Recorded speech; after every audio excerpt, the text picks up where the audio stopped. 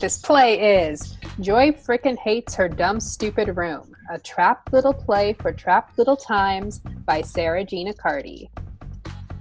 This project that we wrote these plays for, the idea behind it is to create unproducible plays for people to perform in their own homes, to get off the phone, off the internet, and take a moment to connect with each other and have fun and create. So that was the challenge that I was given, was to create something that you would never really do on stage for people to just have fun reading.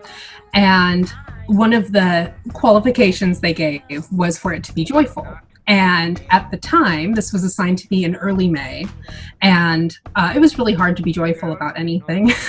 And so I decided just to name a character Joy and to have my joy there, but ended up having a lot of fun with it. So the play is about a 13-year-old girl who is just over being in quarantine and over not seeing her friends, and is beginning to see her friends emerge and hang out with each other, but she is still forced to stay home, isolated. And she ends up talking to her pet hamster. This is bizarre, but is the reincarnation of Hieronymus Bosch, the painter of the Garden of Earthly Delights, a really crazy painter from the late 1400s, 1500s, that really wild depiction of hell. And so it's about this 13-year-old girl trapped in her room and the hamster trapped in his cage, and what are they going to do about this? Eleanor Willis is a monster, Rito. She's a monster. I used to paint fantastic monsters. Like, we were friends and things were good, but then this happened, then this whole thing happened, and...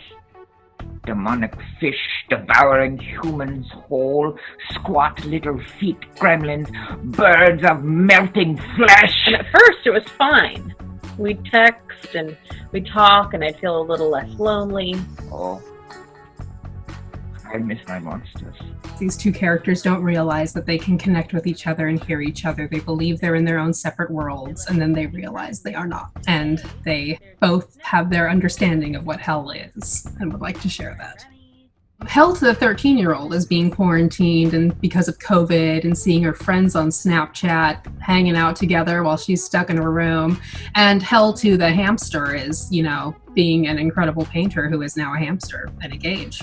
You're a hamster. I wasn't always a hamster, please. And you want to paint hell? It's my specialty. I don't... Please! All I have is, like, a Sharpie and some glitter glue. I don't know what that is, but it sounds magnificent. With the trying to finish this play and trying to figure out what I was doing kind of up to the 11th hour, I enlisted my sister and her husband, who are both performers and both wonderful there, who read the play for me. They grabbed the script, they hadn't seen it before, and just that was all them just doing a cold reading of the script right then, which was amazing. My sister Nicole Accuardi and my brother-in-law Brett Wilson are just, they're incredible. A lot of the time, theater gets taken for granted. Like, it's something that's existed since humans have existed. It's easy to just believe that it's there.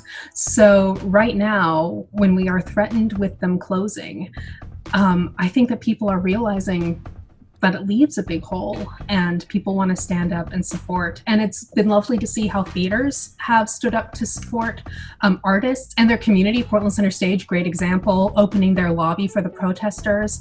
And it's just been this lovely relationship of support back and forth, both between theater companies and their members. It's been cool.